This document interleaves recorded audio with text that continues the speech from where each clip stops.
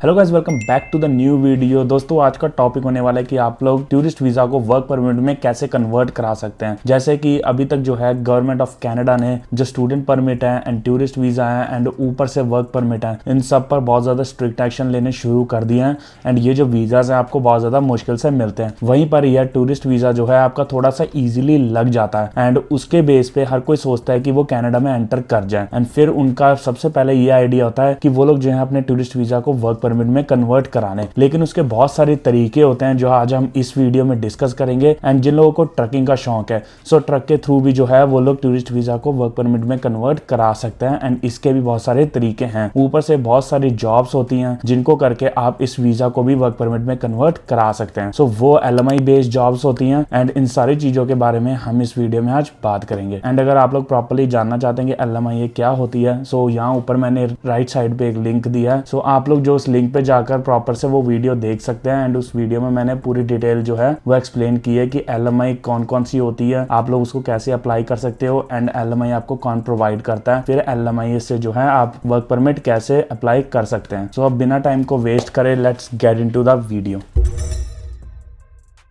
So guys, पहले तो tourist visa को थोड़ा सा समझते हैं कि ये जो वीज़ा आपको मिलता है जब आप कनाडा में एंटर करते हो तो उसकी वैलिडिटी कितने टाइम की होती है। सो जब आपका टूरिस्ट वीज़ा लगता है सो वो 10 साल का वीज़ा लगता है, लेकिन आप कनाडा में एक बार में 6 महीने के लिए विजिट कर सकते हो एंड आप उससे ज़्यादा यहाँ पे नहीं रह सकते। अब यही सबसे बड़ी प्रॉब्लम आती है आपके टूरिस्ट वीज़ा को वर्क परमिट में कन्वर्ट कराने की, बिकॉज आपके पास टाइम बहुत ज़्यादा कम होता है। सो आपने जो भी चीज़ करनी होती है वो इसी टाइम फ्रेम के अंदर करनी होती है। तो अब सबसे पहले हम बात करते हैं कि ट्रकिंग ऑप्शन में आप जो है इस वीज़ा को वर्क परमिट में कैसे कन्वर्ट करा सकते हैं। अब उसके लिए पहले आपको ट्रक का लाइसेंस बनाना होता है एंड ट्रक का लाइसेंस बनाने के लिए कुछ प्रोसेस होता है जिसके थ्रू आपको गुजरना पड़ता है। जैसे कि यहाँ पे जो है वो गाड़ी का लाइसेंस अलग बनता है एंड उसके बाद जो है ट्रक का लाइसेंस बनता है। जैसे जहाँ से मैं हूँ इंडिया से, वहाँ पे जो होता था वहाँ एक ही लाइसेंस बना लेते थे एंड उस एक लाइसेंस पर जो है आप गाड़ी भी चला लो, ट्रक भी चला लो, जो मर्जी चला लो। लेकिन यहाँ पे जो है सेट ऑफ लाइसेंस होते हैं हर चीज के लिए। फॉर एग्जाम्पल, आपने गाड़ी चलानी है तो उसका अलग लाइसेंस बनता है, आपने बाइक चलानी है तो उसका अलग एंड आपने ट्रक चलाना है तो उसका अलग। तो यहाँ पे जो है पहले आपको गाड़ी के लाइसेंस से शुरुआत करनी पड़ती है जो कि होता है G1,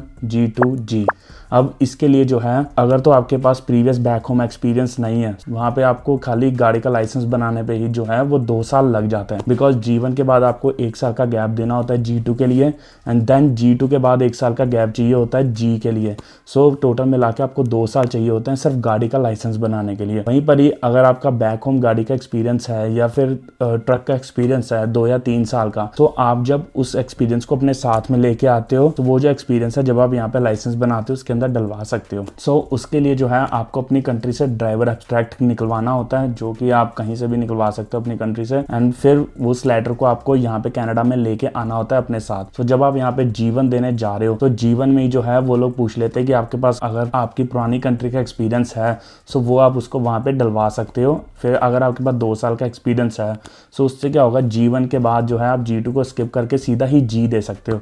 सो फिर आपका वो जो 2 साल का गैप है वो भी बीच में से स्किप हो जाएगा एंड ये बहुत ज़्यादा ज़रूरी है जो लोग यहाँ पे टूरिस्ट वीज़ा पे आ रहे हैं, बिकॉज उनके पास सिर्फ 6 मंथ्स होते हैं एंड उनके पास 2 साल तो है नहीं कि वो लोग जो है वो आराम से अपना लाइसेंस बना सकें। जो यहाँ पे ट्रक का लाइसेंस बनाने आ रहा है सो इस चीज़ को ज़रूर ध्यान में रखे है कि अपना बैक होम का एक्सपीरियंस है उसको लेके आए गाड़ी का, ताकि वो यहाँ पे वो एक्सपीरियंस डला पाएँ, जिससे उनका जो G लाइसेंस है वो बहुत जल्दी बन जाएगा। अब G लाइसेंस बनने के बाद जो है वो आपको एयर ब्रेक का टेस्ट देना होता है जो कि AZ ट्रक के लाइसेंस से पहले होता है। उसकी जो है यहाँ पे 2 दिन के क्लासेस होती हैं, वो 2 दिन के क्लासेस अटेंड करने के बाद आपका टेस्ट ले लेता है स्कूल। फिर उसके बाद जो है आप AZ का टेस्ट दे सकते हैं। अब उसके लिए पहले आपको प्री ट्रिप इंस्पेक्शन वगैरह सिखाया जाता है, रोड टेस्ट वगैरह सिखाया जाता है।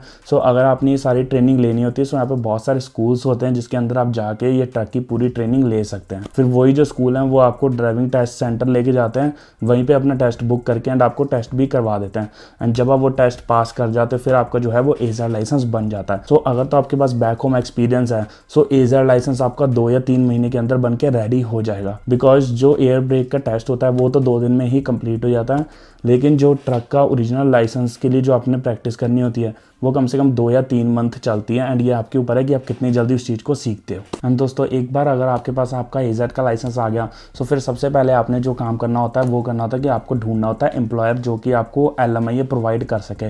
बिकॉज बहुत सारे यहाँ पे एम्प्लॉयर्स हैं जिनको अपने एम्प्लॉय की ज़रूरत होती है अपनी कंपनी में काम करने के लिए। जैसे ट्रकिंग इंडस्ट्री बहुत बड़ी है, सो बहुत सारे एम्प्लॉयर होते हैं जो लोग किसी ना किसी को ढूंढते रहते हैं कि वो उनकी कंपनी में काम करें। फॉर एग्जाम्पल जैसे ओंटारियो में अगर 100 कंपनी है, सो आप हर कंपनी में जाके ट्राई करें कि किस बंदे को काम की ज़रूरत है एंड वो जो है आपको उस बेसिस पे काम पे रख लेता है। फिर वो आपको एक LMIA लेटर प्रोवाइड कर देता है एंड उस LMIA लेटर के जरिए आप जो है अपना वर्क परमिट अप्लाई कर सकते हैं एंड उसी तरीके से आपका जो टूरिस्ट वीज़ा है वो वर्क परमिट में कन्वर्ट हो जाता है। वैसे ही सेम अदर जॉब्स के लिए होती है।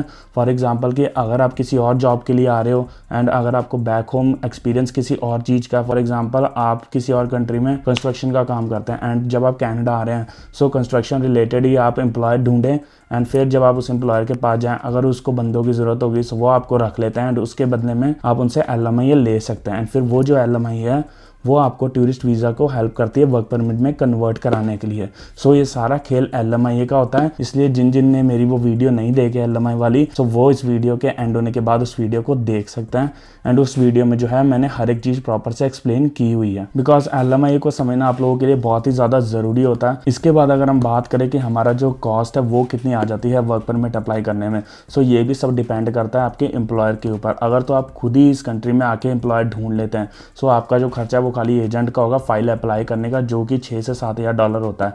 लेकिन अगर आप किसी एजेंट के पास जाते हो जॉब मांगने के लिए, सो उनके पास जो है उनके पास प्री अप्रूव्ड LMI पड़ी होती है। मींस उन लोगों के पहले ही कॉन्ट्रैक्ट होते हैं एम्प्लॉयर्स के साथ, सो उन लोगों ने उनसे पहले ही LMI खरीद कर रखी होती है, फिर वो जो है LMI आपको आगे बेचते हैं। सो इसमें आपकी ज़्यादा मेहनत नहीं लगती। यहाँ पे आप आओ, बहुत सारे एजेंट्स होते हैं, किसी भी एजेंट के पास जाओ एंड उनसे जाके LMI खरीद सकते हो। लेकिन वो जो LMI है वो आपको बहुत महंगी पड़ती है। जहाँ पर तो अगर आप खुद ही LMI ढूंढ सकते हो, सो वो LMI खाली आपको अप्लाई करनी होती है।